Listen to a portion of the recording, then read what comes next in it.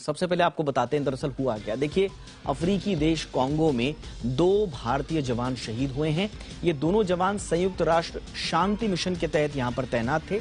जानकारी के मुताबिक 26 जुलाई को विद्रोहियों ने यूएन शांति सेना के कैंप में घुसकर फायरिंग की। इस फायरिंग में 2 भारतीय और मोरक्को का एक जवान भी शहीद हुआ है।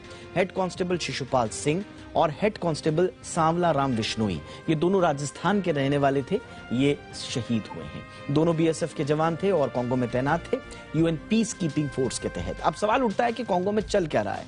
इसका जवाब कांगो के इतिहास में है। देखिए, कांगो में कई सालों से गृहयुद्ध के हालात बने हुए हैं और इन हालातों को बदलने के लिए 23 मार्च 2009 को सरकार और विद्रोहियों के बीच एक शांति समझौता हुआ।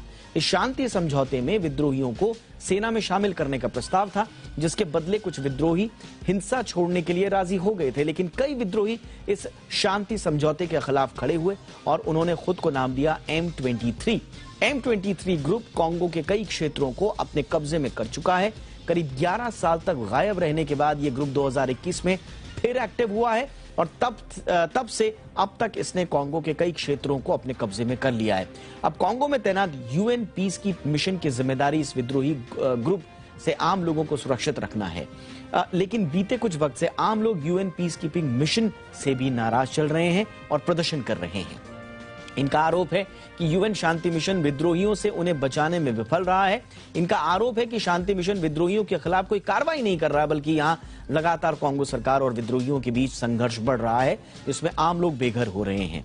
अब यह बात हो गई कांगो की, लेकिन हमारे जवान कांगो में क्या कर रहे हैं, इसका अभी पूरा जवाब मिलना बाकी है। देखिए, यूएन पीस कीपिंग मिशन और भारत की बात करते हैं। यूएन पीस कीपिंग फोर्स के तहत काम करते हुए भारत 1-2 नहीं, जी हां, 175 भारतीय जवानों ने अपनी जान गंवा चुके हैं। जी हां, संयुक्त राष्ट्र के दूसरे सहयोगी देशों के मुकाबले भारत के जवानों ने दुनिया में शांति स्थापित करने के लिए सबसे ज्यादा शहादत दी है और सबसे ज्यादा एंगेजमेंट भी हमारा ही है। संयुक्त राष्ट्र शांति मिशन उन देशों की मदद के लिए बनाया गया है जो युद्ध से शांति की ओर बढ़ना चाहते हैं। यूएन शांति मिशन ऐसे देशों को सुरक्षा और राजनीतिक सहयोग मुहैया कराता रहा है। 1948 से यूएन शांति मिशन ने 71 से ज्यादा फील्ड मिशन किए हैं और मौजूदा वक्त में 119 देश यूएन शांति मिशन में अपनी सेना और पुलिस भेजते हैं। इसमें भारत भी शामिल है। इनफैक्ट भारत तो लगभग 50 से ज्यादा मिशंस में शामिल रहा है यूएन की इस मुहिम में। यूएन शांति मिशन में भारत ने सबसे ज्यादा सैनिकों को भी भेजा है।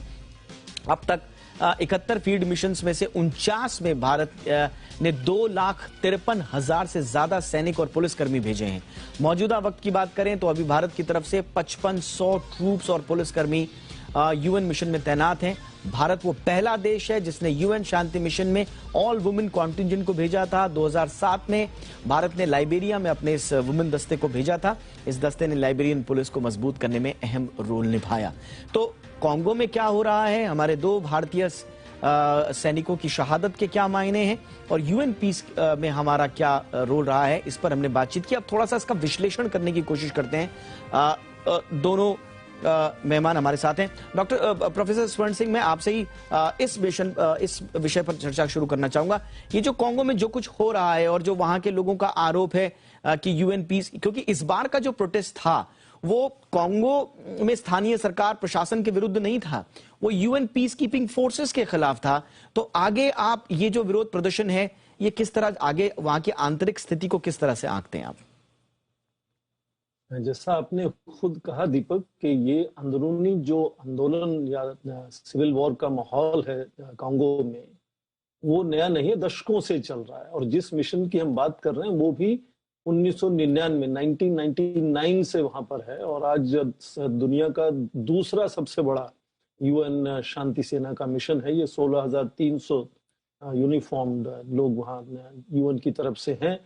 परेशानी इसमें यह है कि जो संयुक्त राष्ट्र की शांति सेना भेजी जाती है उसकी ये जिम्मेदारी नहीं होती कि वो अंदरूनी झगड़ों में हस्तक्षेप करे या किसी एक दल को दूसरे दल से बचाए।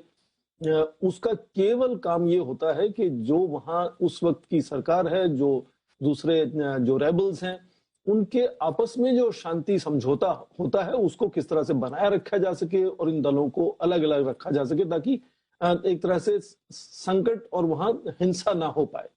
तो ये संयुक्त राष्ट्र की तरफ से इनकी जिम्मेदारी क्या है, इनकी मैंडेट क्या है, क्योंकि उस काम के लिए उसको हम यूएन पीस एनफोर्समेंट मिशन कहते हैं, यूएन पीस कीपिंग मिशन नहीं उसको कहते।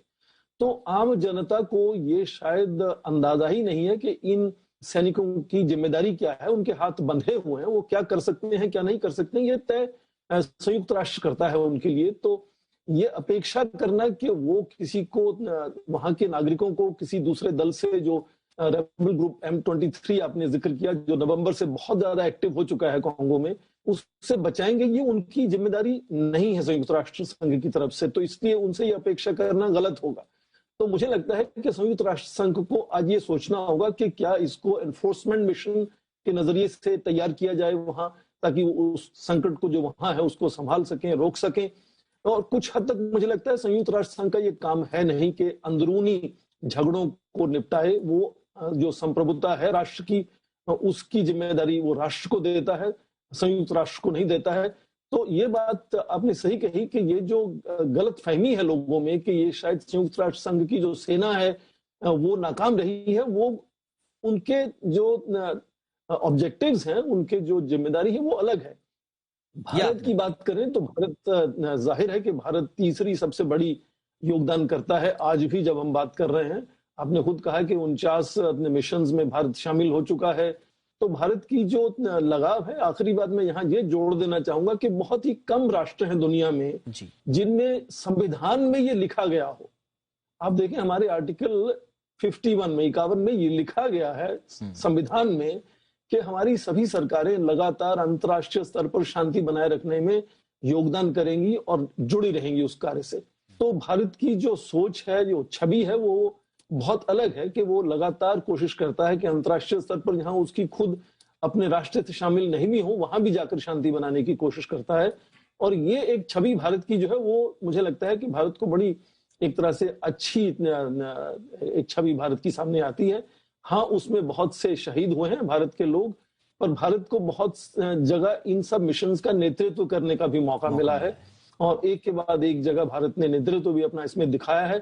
तो जब भी यूएन पीस कीपिंग की बात होती है तो भारत का एक बड़ा नाम उसमें शामिल रहता है, बिल्कुल इसमें भी शामिल है।